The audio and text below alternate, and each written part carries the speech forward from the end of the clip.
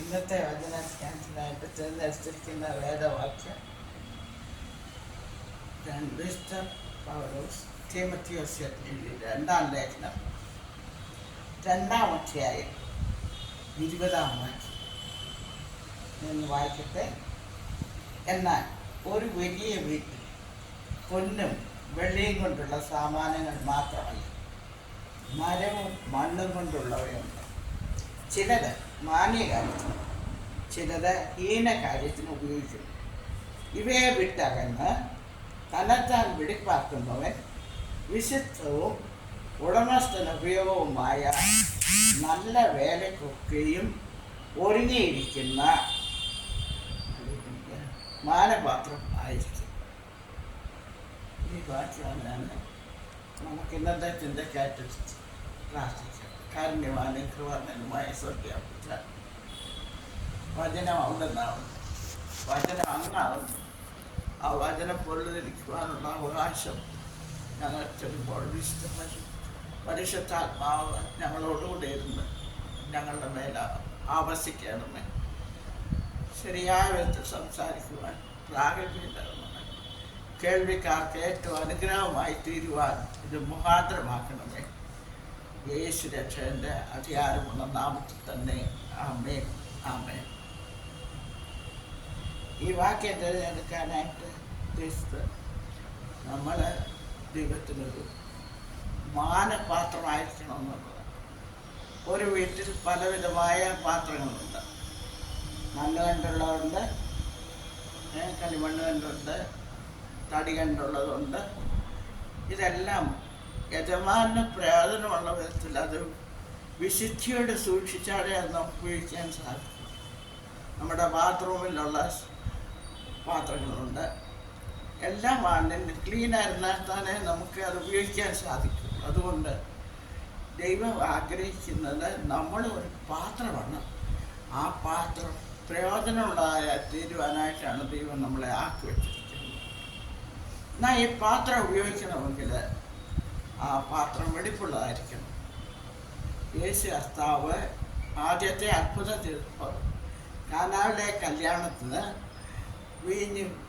വീഞ്ഞ് ശേഖരിച്ചത് കൽപ്പാത്രത്തിലാണ്. എന്നാൽ ആ കൽപ്പാത്രം കഴുകി വൃത്തിയാക്കി വെള്ളം നിറച്ചപ്പോഴാണ് അത് ദൈവത്തിന് രൂപാന്തരപ്പെടുത്താൻ സാധിച്ചത്. അതേപോലെ നമ്മുടെ ജീവിതത്തിൽ ഈ പാത്രം വിശുദ്ധമായിട്ട് സൂക്ഷിക്കണം. അത് തന്നെയുമല്ല, നമ്മളിലുള്ള അഴുക്കെല്ലാം കഴുകി കഴിയുമ്പോൾ വിശുദ്ധമായത് അവിടെ നിറയ്ക്കുകയും വേണം. അപ്പോഴേ ദൈവത്തിന് നമ്മളെ രൂപാന്തരപ്പെടുത്താനായിട്ട് സാധിക്കും. ആ സമയത്താണ് വെള്ളം, വെറും കിണറ്റിൽ നിന്ന് കോരിയ വെള്ളം വീഞ്ഞാകാൻ സാധിച്ചത്. അത് വൃത്തിയായി പാത്രം കഴുകി വക്കോളം നിറച്ചതുകൊണ്ടാണ്. നമ്മളുടെ ജീവിതത്തിലും നമ്മളുടെ ഈ പാത്രം നമ്മളുടെ ദൈവസന്നിധിയിൽ വന്ന് അനുസരിച്ച് കഴുകി വൃത്തിയാക്കുമ്പോൾ, യേശുവിൻ്റെ രക്തം കൊണ്ട് ശുദ്ധീകരണം പ്രാപിച്ചു കഴിയുമ്പോൾ അത് അശുദ്ധമായതല്ല, വിശുദ്ധമായ ജലം കൊണ്ടാണ്. അതാണ് പരിശുദ്ധാത്മാവ്. യേശു കർത്താവ് ഉയർത്തെഴുന്നേറ്റതിന് ശേഷം സ്വർഗാരോഹണം ചെയ്യുന്നതിന് മുമ്പ് ശിഷ്യന്മാരോട് പറഞ്ഞത്, നിങ്ങൾ ആത്മാവ് പരിശുദ്ധാത്മാവിനെ പ്രാപിക്കണമെന്ന്, അതിനായിട്ട് കാത്തിരിക്കണമെന്ന്. നമ്മൾക്ക് ഈ പാത്രം നിറയണമെങ്കിൽ നമ്മളും ദൈവസന്നിധിയിൽ കാത്തിരിക്കേണ്ടതായിട്ടുണ്ട്.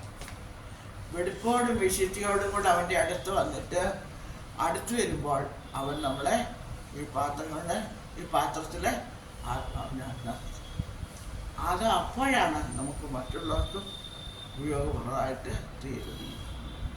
ഈ മൺപാത്രത്തിലാണ് ദൈവം നമ്മളെ 2 കോരിന്ത്യർ 4-ാം അധ്യായം 7-ാം വാക്യത്തിൽ എങ്കിലും ഈ അത്യന്ത ശക്തി ഞങ്ങളുടെ സ്വന്തമല്ല, ദൈവത്തിന് ദാനമത്രയെന്ന് വരേണ്ടുന്ന ഈ നിക്ഷേപം ഞങ്ങൾക്ക് മൺപാത്രങ്ങളിൽ ആകുന്നു.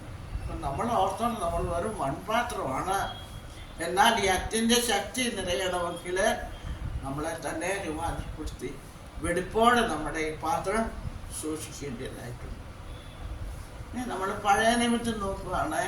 യെരമ്യാ 18-ാം അധ്യായത്തില് കുശവന്റെ വീട്ടിലേക്ക് ചെല്ലുമ്പോൾ കുശവ് പാത്രം കളിമണ്ണിൽ ചെയ്തുകൊണ്ടിരിക്കുക. കുശവൻ പാത്രം മുൻപേ പല പ്രൊസീജിയറിൽ കൂടി കടത്തും. ആ മണ്ണ് കുഴച്ച് നനച്ച് അത് വൃത്തിയായിട്ട് നല്ലതായിട്ട് കുഴച്ചെടുക്കും. എന്നിട്ട് അതിനകത്ത് എന്തെങ്കിലും ചീഞ്ഞലയോ എന്തെങ്കിലും അഴുക്കോ കരടോ ഒക്കെ ഉണ്ടെങ്കിൽ അതെടുത്ത് കളയും. കട്ടിയായിട്ടുള്ള കല്ലോ എന്തെങ്കിലും അത് ഷേപ്പ് വരാത്ത വേസ്റ്റിൽ അലങ്കോലപ്പെടുത്തുന്ന എന്തെങ്കിലും ആ മണ്ണിനകത്തുണ്ടെങ്കിൽ ആ കുശവൻ അതെല്ലാം എടുത്ത് മാറ്റിക്കളയും. നമ്മളെ ദൈവത്തിന് മാനപാത്രമായിട്ട് ഉപയോഗിക്കണമെങ്കിൽ നമ്മളും ദൈവസന്നിധിയുടെ അടുത്ത് വന്ന് ദൈവത്തോട് അനുതാപത്തോടുമ്പോൾ ദൈവം നമ്മളെ ഒന്ന് ശുദ്ധീകരിച്ചിരിക്കും. നമ്മളെ ചിലപ്പോൾ ചെറുതായിട്ട് അടിച്ച് പരത്താൻ നോക്കും. നമ്മളിലുള്ള കളങ്കപ്പെട്ട പലതും അവനെടുത്ത് മാറ്റിയിരിക്കും. അത് നമുക്ക് സുഖം തരും. അതെല്ലാം പഴിക്കുമ്പോൾ നമ്മളെ ദൈവസന്നിധിയിൽ വചനമാകുന്ന വെള്ളം കൊണ്ട് നമ്മളെ ചവിട്ടി മെതിക്കുമ്പോൾ അത് നമ്മളിലുള്ള ചില മലിനതകളെല്ലാം തെളിഞ്ഞു വരും. അത് യജമാനനെ എടുത്ത് കളയും. എങ്കിൽ മാത്രമേ അത് ഷേപ്പ് വരുത്താനായിട്ടും മിനുസമായിട്ടും ഉപയോഗമുള്ള ഒരു പാത്രമായിട്ട് തീരുവാനായിട്ട് സാധിക്കും. നമ്മൾ ദൈവത്തിൻ്റെ സന്നിധിയിൽ ഇണങ്ങിയ പാത്രമായി തീരേണ്ടവരാണ്. എന്നാൽ അവൻ നമ്മളെ ഓരോരുത്തരെയും സൃഷ്ടിച്ചപ്പോൾ അവൻ ഓരോ ഉദ്ദേശത്തോടാണ് സൃഷ്ടിച്ചത്. നമ്മളെ ഗർഭത്തിൽ ഉരുവാകുന്നതിന് മുമ്പേ അവനെ കണ്ടവരാണ്. നമ്മളെ പേർ ചൊല്ലി വിളിച്ചവരാണ്. പേർ ചൊല്ലി വിളിക്ക് മാത്രമല്ല, നമ്മളെ തിരഞ്ഞെടുത്തതും കൂടെ. നമ്മളെ തിരഞ്ഞെടുത്ത് നല്ല പാത്രമായി ഉപയോഗിക്കുവാൻ ആക്കി വെച്ചിരിക്കുന്നവരാണ്. എന്നാൽ അതിനകത്ത് നമ്മൾ മലിനമായതൊന്നും കടക്കാതിരിക്കാൻ നമ്മൾ തന്നെ ശ്രദ്ധിക്കേണ്ടവരാണ്. അത് എങ്ങനെ നമ്മൾക്ക് മനസ്സിലാവും? തിരുവചനം വായിക്കുമ്പോൾ നമ്മുടെ കുറവ് നമ്മളെ ഓർപ്പിക്കും. ആ തിരുവചനത്തിൽ കൂടെ നമ്മളെ ആ വചനം ഓർപ്പിച്ചിട്ട് ആ വചനം നമ്മളെ ശുദ്ധീകരിക്കും. ചിലപ്പോൾ പെറുക്കി കളയേണ്ടതിനും നമ്മൾ തന്നെ മാറ്റേണ്ടതായിട്ടുമുണ്ട് ചിലതൊക്കെ. അത് ദൈവം നമ്മളെ അതിനായിട്ട് ഉപയോഗിക്കും. നമ്മളുടെ ജീവിതത്തിലുള്ള കുറവുകളെ അവനെ എടുത്ത് മാറ്റുവാനായിട്ട് ശ്രമിക്കും. അങ്ങനെയുള്ളപ്പോൾ നമ്മൾ വിധേയപ്പെട്ടു കൊടുക്കണം. അത് കയ്യിൽ നമ്മൾ കിടന്ന് വിളയ്ക്കാൻ ഒക്കത്തില്ല. എനിക്ക് പറ്റിയല്ലപ്പോൾ എനിക്ക് ഈ പ്രോസസ്സിൽ കൂടെ കടക്കാൻ എനിക്ക് പ്രയാസമാണ്. എനിക്ക് ഈ വേദനയിൽ കൂടെ കിടക്കാൻ പറ്റില്ല. എപ്പോഴും വേഗം എന്നെ മാറ്റണമെന്ന് അറിയുന്നതിന് പകരം അപ്പാ ഇതാ നിന്റെ ദാസൻ മരിയെ പോലെ നിന്റെ ഹിതം പോലെ എന്നെ നടത്തണം. അത് പ്രയാസമാണ്. നമ്മൾ പാടാൻ എളുപ്പമാണ്, നമ്മൾ പറയാൻ എളുപ്പമാണ്. എന്നാൽ അവൻ നടത്തുന്ന പ്രോസസ്സിൽ കൂടെ വിധേയപ്പെട്ടു കൊടുക്കാൻ അടങ്ങിയിരിക്കാൻ പ്രയാസമാണ്. നമ്മൾ പലപ്പോഴും കഴിക്കുന്നു പഠിക്കുന്നവരാണ്. മാറണമെന്ന് ഇങ്ങനെയായാലും മാറണോ, ഇതെന്നെ കൊണ്ട് പറ്റിയില്ല, എനിക്കത് സാധിക്കില്ല, എനിക്ക് അവരെ നോക്കാൻ പറ്റിയില്ല, എനിക്കല്ലേ അങ്ങനെ കിടക്കാൻ പറ്റിയില്ല. അതൊക്കെ എനിക്ക് ആവശ്യമുള്ളതാണ്. അതിനുള്ള ചിലരൊക്കെ ഉണ്ട്, അവർ ചെയ്തോട്ടെ. സുശേഷം പറയാൻ എന്നെ കൊണ്ട് സാധിക്കില്ല, അത് മറ്റുള്ളവർ പറഞ്ഞോളൂ. ഇങ്ങനെ പല കാര്യങ്ങളും നമ്മൾ തെറ്റി ഒഴിയാൻ ശ്രമിക്കും. അനുസരണമില്ലാതെ യോനായെ പോലെ നിനവേക്ക് പോകാൻ പറഞ്ഞപ്പോൾ തർശീസിലോട്ടാണ് പോയത്. അന്നാലും ദൈവം അവനെ വിട്ടി. അവനെ പോയി സുശേഷം പറഞ്ഞെങ്കിലും അവർക്ക് വരുന്ന നാശം കാണാൻ പോയി മാറിയിരുന്ന് ഒളിച്ചിരുന്നവനാണ്. അപ്പോഴും ദൈവം അവനെ സ്നേഹിച്ച് അവനെ വാഴ്ചാക്കി. 1,20,000 പേരെ നശിപ്പിക്കുന്നതാണോ നീ ഏതാ ഉദ്ദേശിച്ചത്? എൻ്റെ ജനം, ഞാൻ എനിക്ക് വേണ്ടി സൃഷ്ടിച്ച ജനം എൻ്റെ മക്കളായിത്തീരുന്നതാണ് എനിക്ക് ആഗ്രഹം. നമ്മളെ ഓരോരുത്തരെ കുറിച്ച് ദൈവം ആഗ്രഹിക്കുന്നതാണ്. നമ്മൾക്ക് അവൻ്റെ കയ്യിൽ വിശുദ്ധവും മാന്യമായ പാത്രമായിട്ടിരിക്കണമെന്നാണ് ദൈവം ഉദ്ദേശിച്ചത്. അതിന് നമ്മൾ എന്ത് ചെയ്യണം? നമ്മൾ അതിനായിട്ട് ഒരുങ്ങി കാത്തിരിക്കണം. വചനം ജഡമായിത്തീർന്ന കർത്താവ് നമ്മളുടെ ഉള്ളിൽ വന്ന് നിറയണം. അവനെ മാത്രം ധ്യാനിക്കണം. അവൻ നമ്മുടെ പാതയ്ക്ക് ദീപവും അവൻ കാലിന് പ്രകാശമായിരിക്കുന്നു. സ്തോത്രം.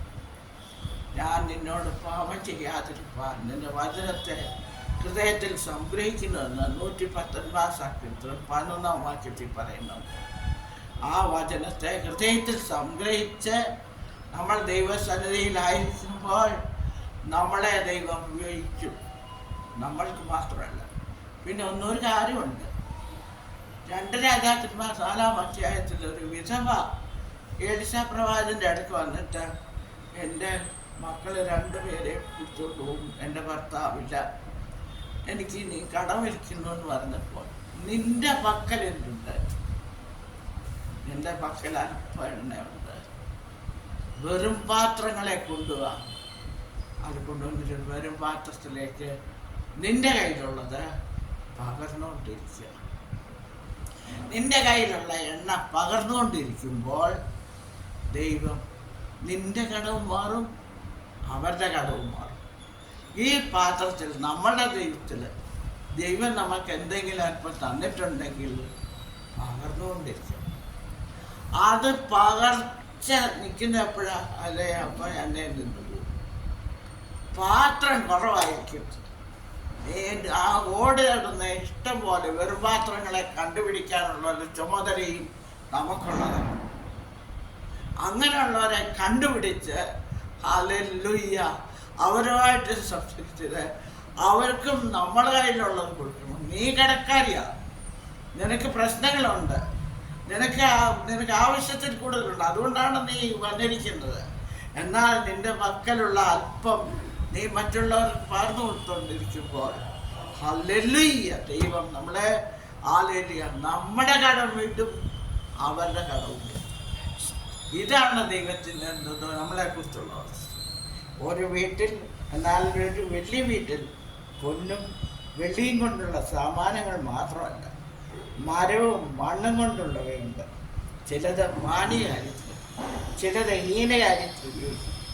ഇവയെ വിട്ടകന്ന് തന്നെത്താൻ വെടിപ്പാക്കുന്നവൻ വിശുദ്ധവും ഉടമസ്ഥന് ഉപയോഗവുമായി നല്ല വേലയ്ക്കൊക്കെയും ഒരുങ്ങിയിരിക്കുന്ന മാനപാത്രമായിരിക്കാൻ ദൈവം തമ്പുരാൻ നമ്മളെ ഓരോരുത്തരെയും സഹായിക്കട്ടെ.